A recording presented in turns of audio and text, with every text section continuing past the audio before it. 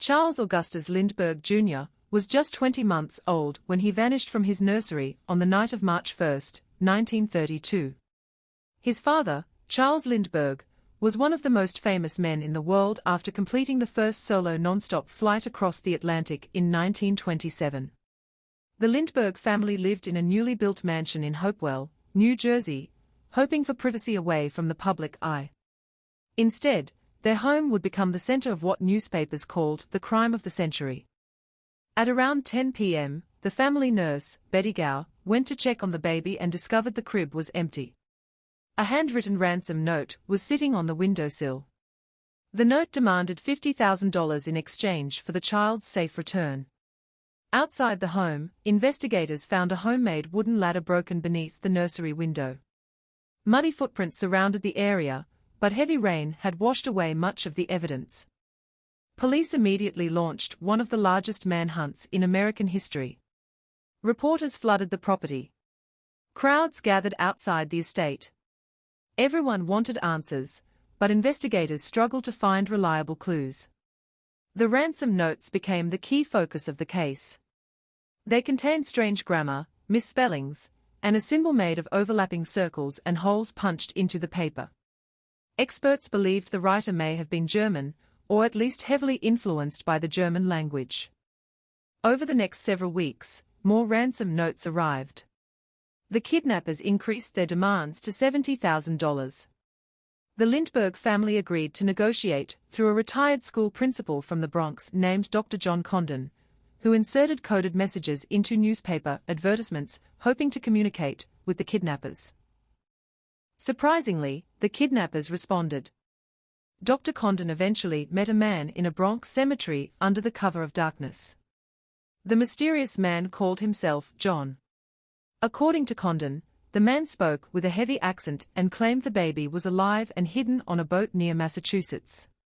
Condon handed over the ransom money, much of it made up of gold certificates, whose serial numbers had been carefully recorded by investigators. Despite the payment, the child was never returned. On May 12, 1932, a truck driver pulled over on the side of a road less than 5 miles from the Lindbergh home.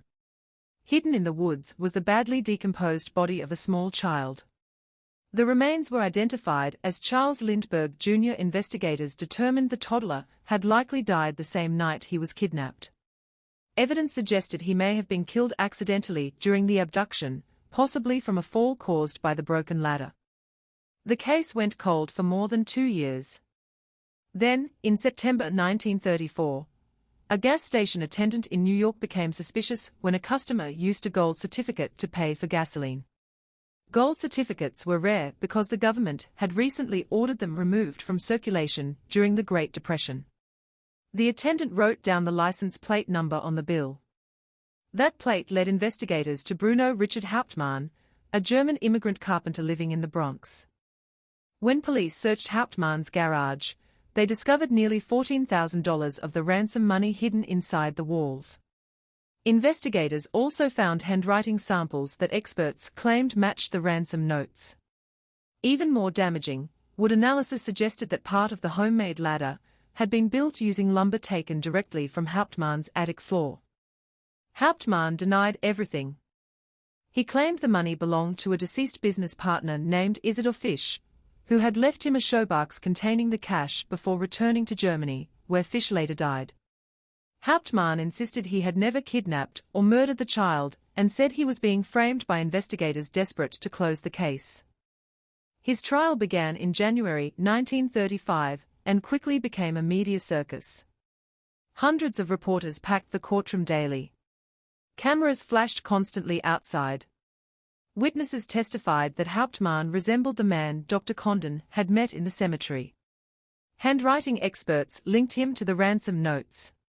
Prosecutors argued the evidence formed a complete chain connecting Hauptmann to the crime. But the case was far from perfect. Defense attorneys attacked the handwriting analysis as unreliable. Witness identifications changed over time. Some evidence may have been contaminated because crime scene procedures in the 1930s were primitive compared to modern standards. Critics later argued that the intense public pressure to solve the crime may have influenced investigators and jurors alike. Despite the controversy, the jury found Bruno Hauptmann guilty of first-degree murder. He was sentenced to death. For the next year, Hauptmann maintained his innocence. Multiple appeals failed. Offers reportedly worth enormous amounts of money were made to him if he would confess publicly, but he refused every time. On April 3, 1936, Bruno Richard Hauptmann was executed in the electric chair at New Jersey State Prison. Nearly a century later, the murder of Charles Lindbergh Jr. still sparks debate. Some believe Hauptmann acted alone.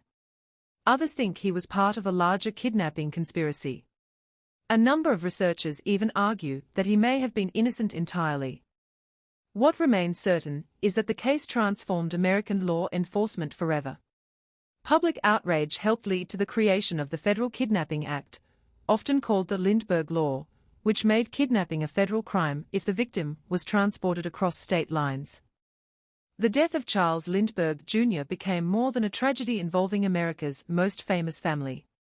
It became one of the first true crime obsessions in modern media history, a case filled with ransom notes, hidden money, questionable evidence, and unanswered questions that still haunt investigators to this day.